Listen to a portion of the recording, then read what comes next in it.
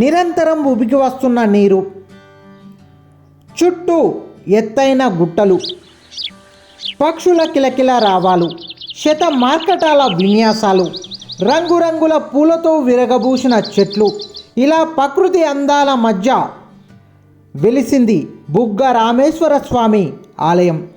ఆ ప్రాంతమంతా ఆహ్లాదకర వాతావరణం. బండరాళ్ల మధ్య నుంచి ఉబికి వచ్చే జల ద్వారా భక్తులను అబురపరుస్తుంది. శతాబ్దాల ఘనమైన చరిత్రకు నిలువెత్తు నిదర్శనంగా నిలిచింది రామలింగేశ్వర స్వామి ఆలయం.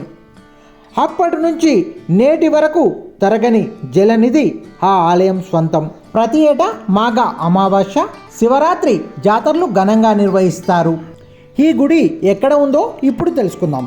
తెలంగాణ రాష్ట్రం రాజన్న సిరిసిల్ల జిల్లా ఎల్లారెడ్డిపేట మండలం అక్కపల్లి గ్రామ శివార్లో ఉంది శ్రీ బుగ్గ రామేశ్వర స్వామి ఆలయం. శ్రీ బుగ్గ రామలింగేశ్వర స్వామి ఆలయాల పరిసరాల ప్రాముఖ్యత.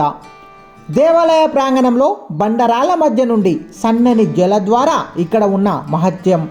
నిరంతరం ఈ జల ద్వారా ప్రవహిస్తూ ఉండడంతో బుగ్గ రామలింగేశ్వర స్వామి ఆలయం అని పేరు వచ్చింది. వందల సంవత్సరాల క్రితం ఈ ఆలయ ప్రాంతంలో మునులు తపస్సు చేసి లింగాన్ని ప్రతిష్ఠించారని ప్రజలు కథలుగా చెప్పుకుంటారు. అంతేకాకుండా ఈ ప్రాంతంలో మునులు నడియాడడం వల్లనే ఎవరికీ అంతు చిక్కని రీతిలో బండరాళ్ల మధ్యలో నుండి నీటి ప్రవాహం ఉంటుందని భక్తులు నమ్ముతారు. ఈ ఆలయానికి ఎలా చేరుకోవాలో ఇప్పుడు తెలుసుకుందాం.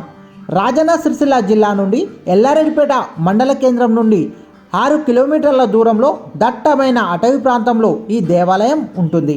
ప్రతి సంవత్సరం మాఘ అమావాస్య, శివరాత్రి, ఉగాది, శ్రీరామనవమి రోజులు నిర్వహిస్తారు.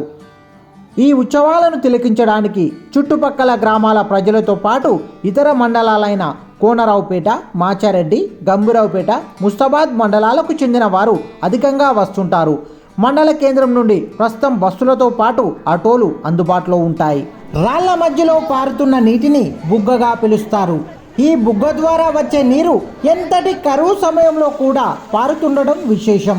వందల సంవత్సరాల క్రితం ఈ ప్రాంతంలో మునులు తపస్సు చేసి తమ పూజా కార్యక్రమాలకు అనువుగా ఉండేలా శివలింగాన్ని ప్రతిష్ఠించినట్లు ఇక్కడ కథనాలు ఉన్నాయి.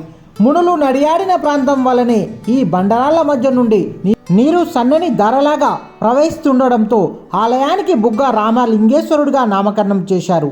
ఈ బుగ్గ ద్వారా వచ్చిన నీరు ఆలయ సమీపంలో ఉండే కోనేరులోకి వస్తుంది.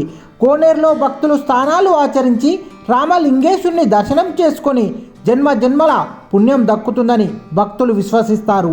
ఈ కోనేరులోని నీటిని ఈ ప్రాంతవాసులు తమ పొలాలకు పారించుకొని పంటలు పండిస్తారు. అలాగే భక్తులు కోనేరులో ఈ నీటిని బాటల్లో ఇంటికి తీసుకెళ్లి సుదూర ప్రాంతాలకు చెందిన రైతులు బాటలలో తీసుకెళ్లి ఈ నీటిని తమ పంట పొలాలలో చల్లుకోవడం వలన చీడ పురుగుల నుండి ఆ లింగమూర్తే కాపాడతాడని భక్తులు నమ్ముతారు.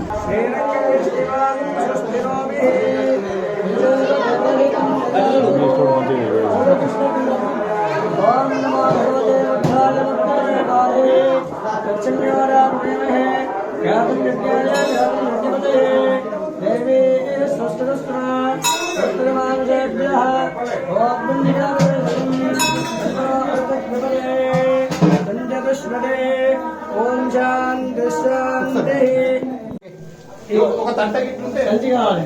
సంచి కవర్ సంచి కావాలి. కవర్ మళ్ళీ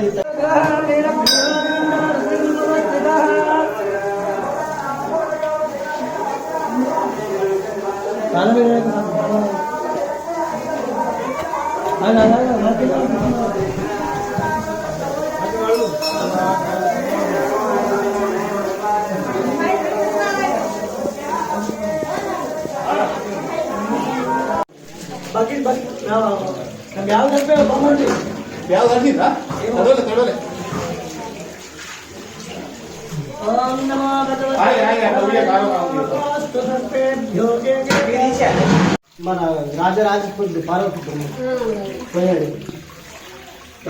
ఏం పోస్తారు పోస్తారట. అమ్మవారి అడగాలి కడుగుతా చెంబులో తీసుకున్నాడు పైపు పట్ట వచ్చినావా స్వామి?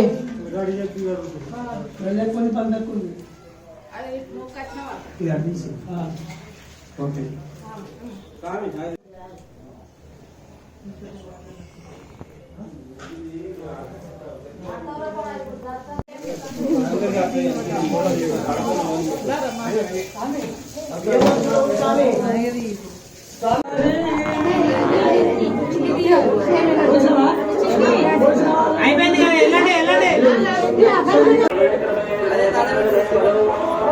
తెలంగాణ రాష్ట్రం రాజన్న సిరిసిల్ల జిల్లా ఎల్లారెడ్డిపేట మండలం అక్కపల్లి గ్రామంలోని లింగేశ్వర స్వామి ఆలయం వద్ద మనం ఉన్నాము.